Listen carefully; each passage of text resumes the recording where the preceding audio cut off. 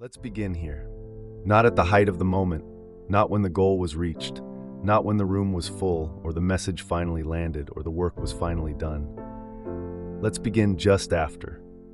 After the applause fades, after the congratulations thin out, after the noise pulls away like a tide that no longer needs the shore. You don't need to close your eyes if you don't want to. You don't need to breathe a certain way, or sit a certain way, or arrive anywhere special. This is not about becoming calm. It's about noticing what's already here. There is a particular stillness that comes after achievement. It doesn't announce itself. It doesn't rush in. It simply waits until the room is empty enough to be felt. Maybe you know this moment. The inbox quiets, the deadline passes, the launch is complete, the exam is over, the ceremony ends, the doors close behind you, and suddenly, there is no one asking anything of you. The body exhales before the mind does. The shoulders lower a fraction. The jaw loosens. Something unclenches. There is relief. That part is real. But often, alongside that relief, something else arrives, uninvited and unexplained. A strange calm, a hollow space, a quiet question that doesn't yet have words. Now what? Not as panic, not as ambition, just as presence. Our culture prepares us endlessly for striving, for motion, for effort, for the climb, but it rarely prepares us for what comes after the summit. When the legs are tired, the view has been taken in, and there is no immediate reason to keep moving. This chapter is not about fixing that moment, not about filling it, not about reframing it into productivity. It's about standing inside it without flinching, because the quiet after achievement is not a failure. It is not a lack of gratitude. It is not evidence that the goal was wrong. It is simply the sound of momentum ending. Imagine a crowd dispersing at night, footsteps thinning, voices fading, a street that moments ago felt electric now settling into lamplight and echoes. The street didn't disappear, it just changed function. So did you. In this moment, right after the applause fades, you are no longer being pulled forward by necessity. The task no longer leans on you. The goal no longer claims your attention. And without that pull, something essential is revealed, who you are when nothing is required. This can feel unsettling, because effort gives shape to time, it gives direction to days, it gives a reason to wake up with urgency. When effort ends, time loosens, days widen, moments stretch. And in that stretch, the mind often starts scanning, looking for the next thing to chase, the next proof of worth, the next structure to lean against. But for now, we are not doing that. For now, we are letting the room stay empty. Notice how the body responds when nothing is immediately demanded. You may feel tired in places you didn't know were carrying weight. You may feel a soft ache behind the ribs. You may feel nothing at all, and even that is something worth noticing. The quiet after achievement often exposes how long you've been holding yourself together. Holding posture, holding expectation, holding identity. You were the one doing the thing. The one working toward, the one almost there, and now that version of you has completed its role. There is no rush to replace it. Let the stillness have its say.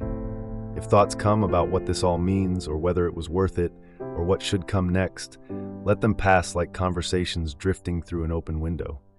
You don't need to join them yet. Right now, your only task is to remain. Remain in the aftermath. Remain in the quiet. Remain in the space that opens when striving steps aside. This is not emptiness to be feared. It is recovery beginning to happen. Just as muscles rebuild only after strain ends, the mind needs moments without direction to reorganize itself. Meaning does not rush in immediately. It lags behind experience. And that lag is not a flaw. It is a feature. So if tonight you find yourself lying awake after achieving something you worked hard for, unsure why you don't feel the way you expected to feel, know this: nothing has gone wrong. You are simply standing in the place that comes after effort and before interpretation. A place culture rarely names, a place no one applauds, a place where the noise finally stops long enough for you to hear yourself again. In the chapters ahead, we'll explore why this quiet can feel hollow, how direction dissolves before it reforms, and how rest does not require a new goal to justify itself. But for now, stay here. Let the applause fade completely. Let the silence arrive fully. Let yourself be present without purpose, without pressure, without the need to become anything else. This moment is not asking you to move. It is asking you to rest inside what you've already done. Chapter 2. Why Success Can Feel Hollow. There is a strange moment that follows achievement. It often arrives quietly, not with disappointment exactly, but with absence. You may know it well. You reach the goal, you finish the thing, you arrive at the place you were moving toward for so long. And then, something loosens. The tension that once held you together begins to release. The urgency fades, the pressure that shaped your days slowly dissolves, and what remains is not always joy. Sometimes, what remains is a hollow space where momentum used to live. We are taught, carefully, repeatedly, that success is supposed to feel like arrival, that fulfillment should be immediate, that crossing the finish line should flood us with meaning. But meaning does not always move that fast. Often success removes direction before it replaces it. For weeks, months, sometimes years, your energy was oriented forward. There was a next step, a checklist, a reason to wake up tired and keep going anyway. Achievement gave structure to effort, and effort, for better or worse, gave shape to your days. When the effort ends, the structure disappears with it. This is the gap no one warns you about, because culturally we celebrate striving, we reward motion, we applaud endurance, but we say very little about what happens when striving stops. No one prepares you for the quiet that follows completion. No one tells you that success can feel like the sudden loss of gravity. You are no longer pulled forward by necessity. And without that pull, you may feel unanchored. This hollow feeling is not failure. It is not ingratitude. It is not proof that the achievement didn't matter. It is simply the nervous system recalibrating after long-term focus. For a long time, your mind was occupied by getting there. Your identity may have been wrapped, subtly or tightly, around the pursuit itself.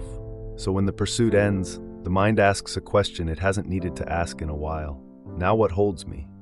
Success solves a problem, but it also removes a companion. The goal was something you walked with every day. It organized your choices, it justified your sacrifices. When it disappears, you may feel exposed to a kind of openness you didn't ask for. This is why success can feel hollow, not because it lacked value, but because it ends a story before the next one has begun. And the mind dislikes unfinished narratives, so it may search for the next objective immediately. Another goal, another milestone, another horizon to chase. Not because you want it, but because emptiness feels unsafe. Yet this hollow space is not a problem to solve. It is a transition, a pause between chapters. The culture you live in rarely honors pauses. They look unproductive from the outside. They resist measurement, but internally, they are essential. Fulfillment often lags behind accomplishment. Understanding trails experience. Sometimes meaning needs time to catch up to what you've done. If you rush too quickly into the next pursuit, you may never allow the previous one to settle. And unsettled achievements have a way of haunting us, not because they failed, but because they were never metabolized. So if you feel that strange calm mixed with emptiness, that relief tinged with something like loss, there is nothing wrong with you. You have simply stepped into a quiet space where effort no longer speaks for you. And in that space, the question is not what's next. The question is gentler. What does it feel like to stand here without striving? For now, you do not need to answer it. You do not need to fill the hollow immediately. You do not need to justify your rest with productivity. Let the quiet exist without interpretation. Let success sit beside you without asking it to explain itself. This moment, this hollow, open, unfamiliar stillness, is not an ending. It is a threshold, and you are allowed to linger here a while, without direction, without momentum, without turning achievement into another obligation. Just breathe, just notice. The hollow space does not need to be filled tonight. It only needs to be held. Chapter 3. The silence no one prepares you for.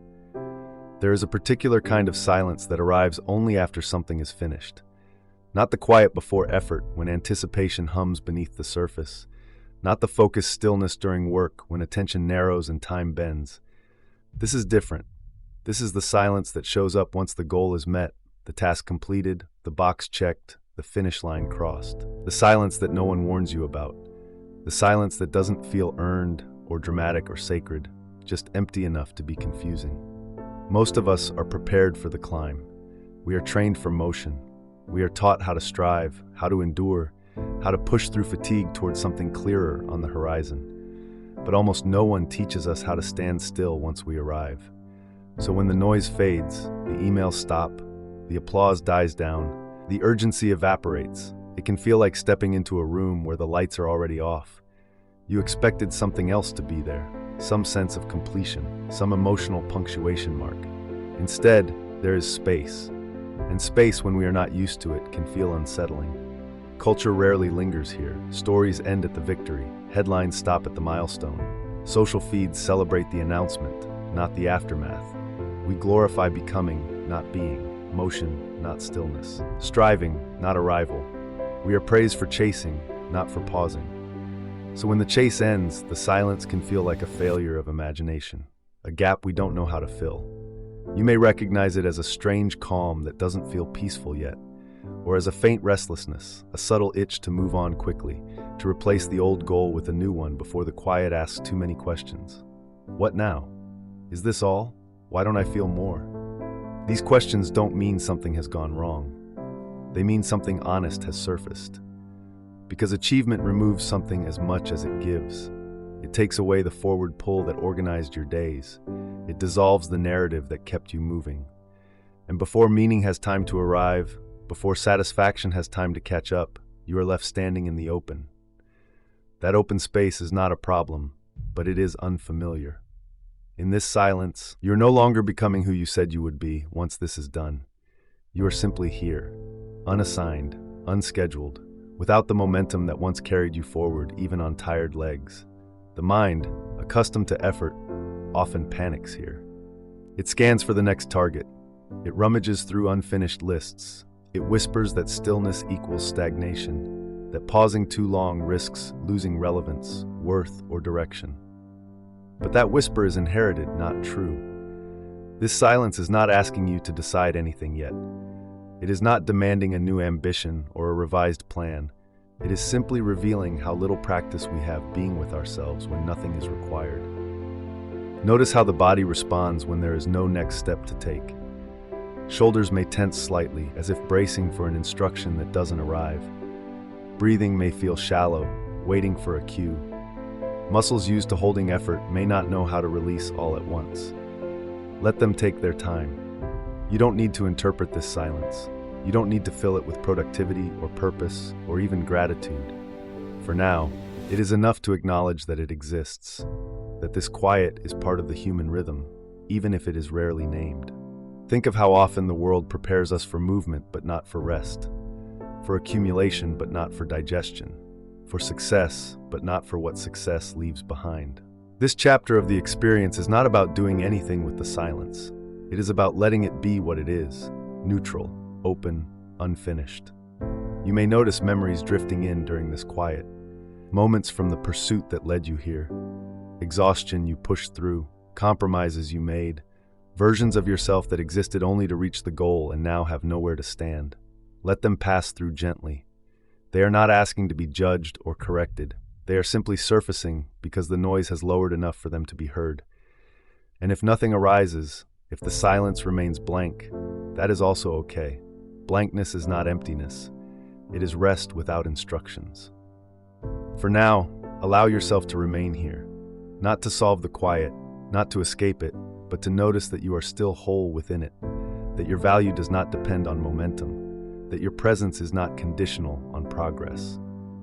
The silence no one prepares you for is not an enemy. It is a threshold, a pause between stories, a moment where the old chapter has ended and the next one has not yet introduced itself. You are allowed to stand here without answers. You are allowed to breathe without direction. You are allowed to let the quiet linger.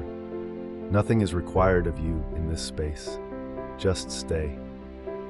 Chapter 4. Learning to stand without momentum. There is a particular sensation that arrives after effort has ended. Not exhaustion exactly, though that may be nearby. Not relief alone, though relief has already passed through you once or twice. This is something quieter. Momentum has been carrying you for a long time. It leaned you forward when you were tired. It organized your days. It justified the strain. It gave your mind a direction so clear that doubt had little room to speak. And now that forward pull is gone, not because something failed, but because something finished. Let's begin here, standing in that unfamiliar stillness. You don't need to sit perfectly. You don't need to breathe a certain way. Just allow your body to notice that it no longer has to lean into tomorrow. If your shoulders are still slightly raised, let them fall. If your jaw is holding on, release it gently. If your thoughts are still scanning for the next task, the next climb, the next proving ground, let them wander for a moment without instruction. You are not late. You are not falling behind. You are simply standing where momentum used to be. Most of us are never taught how to do this. We learn how to push, how to endure, how to accelerate when things get difficult. But no one teaches us how to remain present when effort is no longer required. So when success ends the chase, the body doesn't know what to do with itself. The mind keeps reaching forward, like a foot expecting another stair. This chapter is not about forcing yourself to stop that reaching. It's about noticing it and letting it slow naturally. Picture yourself standing at the edge of something completed, not looking back with pride, not looking ahead with plans, just standing. There is no applause here, no scoreboard, no one asking what comes next. Only the strange neutrality of completion. You might feel unanchored, as though the ground beneath you has leveled out so completely that your balance feels off. That's normal. Momentum gives us friction. It presses against us, letting us know where we are. When it disappears, the absence can feel like emptiness, but it is closer to openness. Let yourself breathe into that openness now. Notice how your body responds when it is no longer bracing for impact or preparing for exertion. The chest may soften, the stomach may unclench, the breath may lengthen on its own without instruction. This is not collapse. This is standing without propulsion. There is dignity in this moment, even if it doesn't feel dramatic. Completion is quiet by nature. It does not announce itself the way beginnings do. It simply stops asking things of you. If your mind tries to reintroduce urgency, you should decide something. You should capitalize on this. You should move quickly before this feeling fades. Acknowledge the voice without obeying it. You are allowed to be motionless here. Stillness after achievement is not laziness. It is recalibration. Just as your eyes adjust when stepping into a dim room, your inner world needs time to adjust when striving ends. For a moment, let go of the idea that you must turn success into something else. You don't have to monetize it. You don't have to repeat it. You don't have to explain it. Right now, you are learning how to stand without leaning forward. Imagine the weight of your body settling evenly through your feet or into the surface beneath you if you're lying down. There is no finish line behind you and no starting line ahead, only presence. This is unfamiliar terrain, which is why it can feel uncomfortable. But discomfort here does not signal danger. It signals a shift in posture. You are no longer bracing. You are no longer accelerating. You are inhabiting the space between movements. If emotions rise, confusion, sadness, a dull ache of "is this it?" let them pass through without interrogation. They are not judgments. They are aftershocks. Your nervous system has been running at a certain speed for a long time. It will take a while to learn the new tempo. That is not failure. That is adaptation. Notice how even now, nothing is required of you. You are not being measured. You are not being evaluated. You are not being prepared for the next demand. You are simply allowed to exist in a moment that does not need momentum to justify itself. If you feel the urge to label this moment, to call it emptiness, anticlimax, or disappointment, see if you can loosen the label slightly. What if this is not a lack of meaning, but a pause where meaning has not yet arrived? What if this quiet is not a problem, but a clearing? Stand here for a few breaths. Let the stillness support you instead of threatening you. You are not stalled. You are not lost.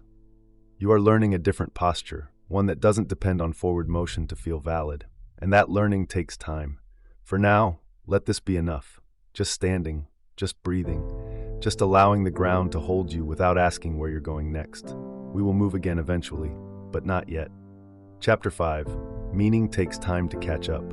There is a quiet truth we are rarely taught. Meaning does not arrive on time.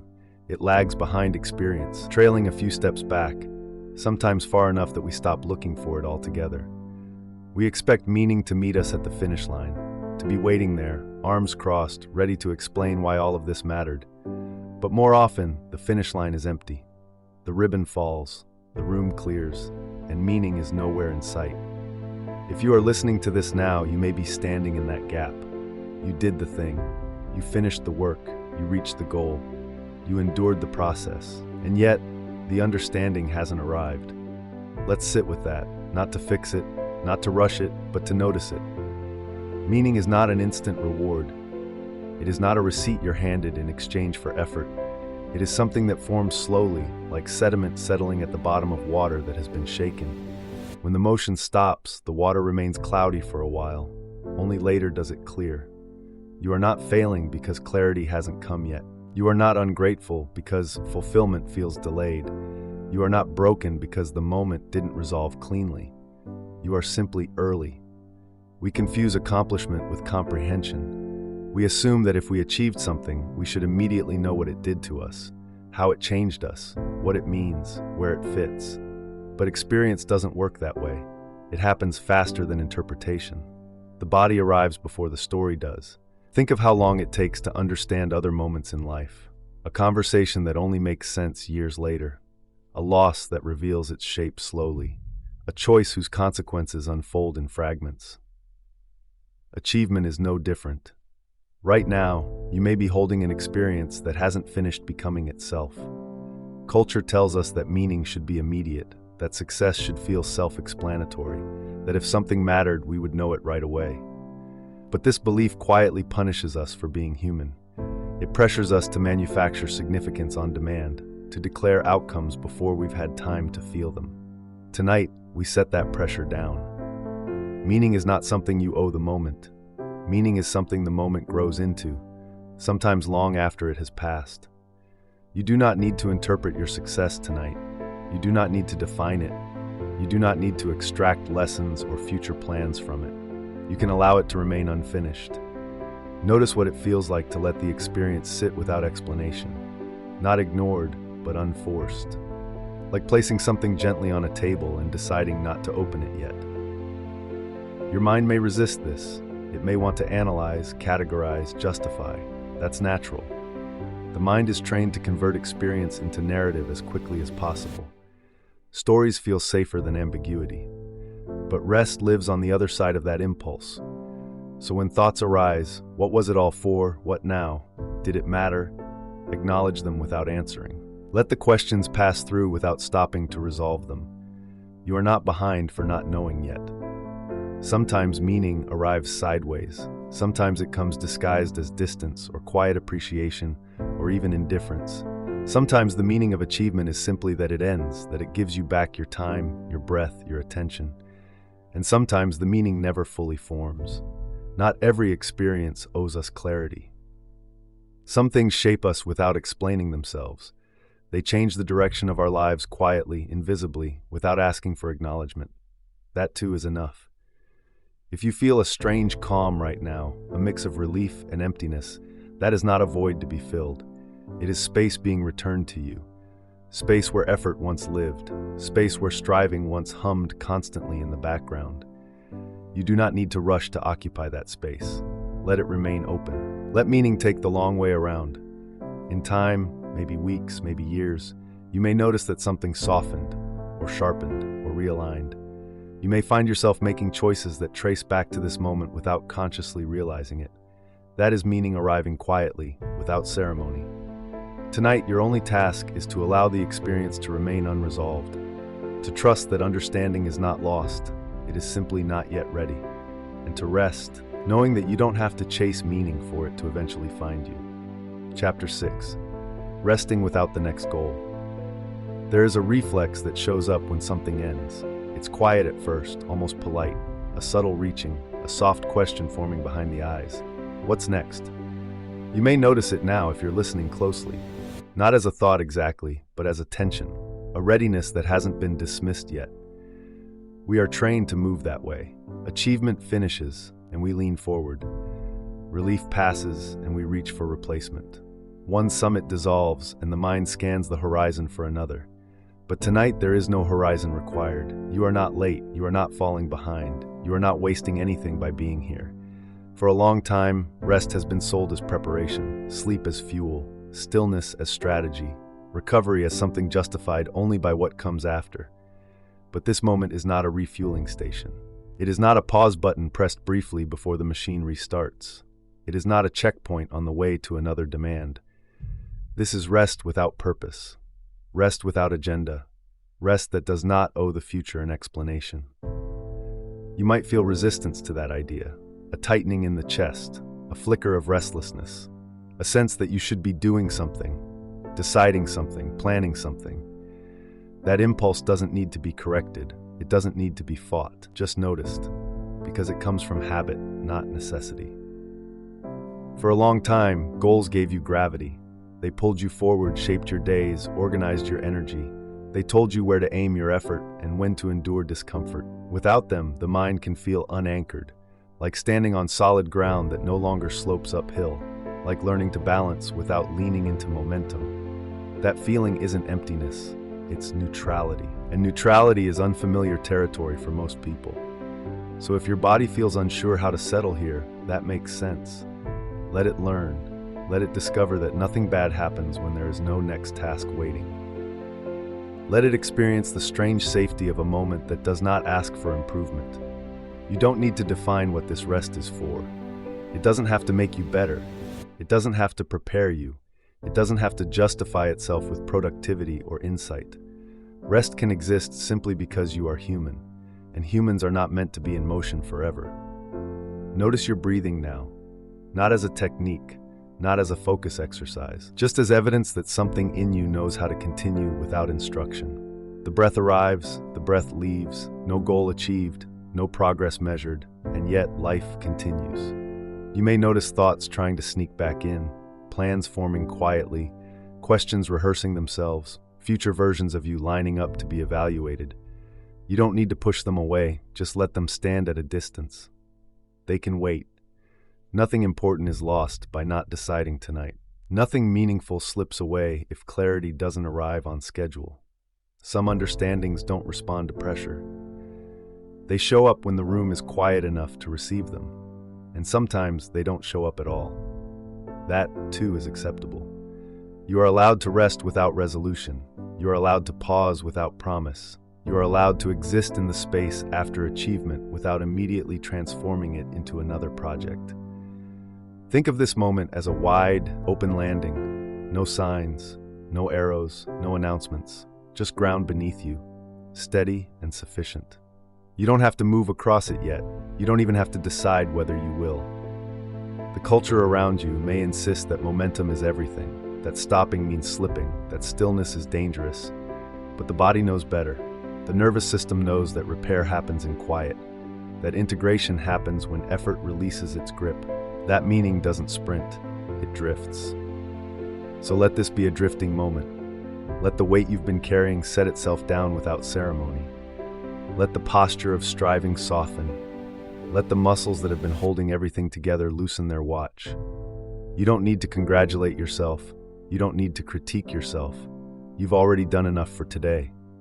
Rest here, not as someone waiting to begin again, but as someone complete in this moment. There will be other goals, other movements, other climbs if you choose them. They don't need to be summoned tonight. Tonight is for recovery that does not rush its own ending, for calm that does not need to be explained, for silence that is not empty but spacious. If sleep arrives, let it take you gently. If wakefulness lingers, let that be gentle too. Nothing is required of you now.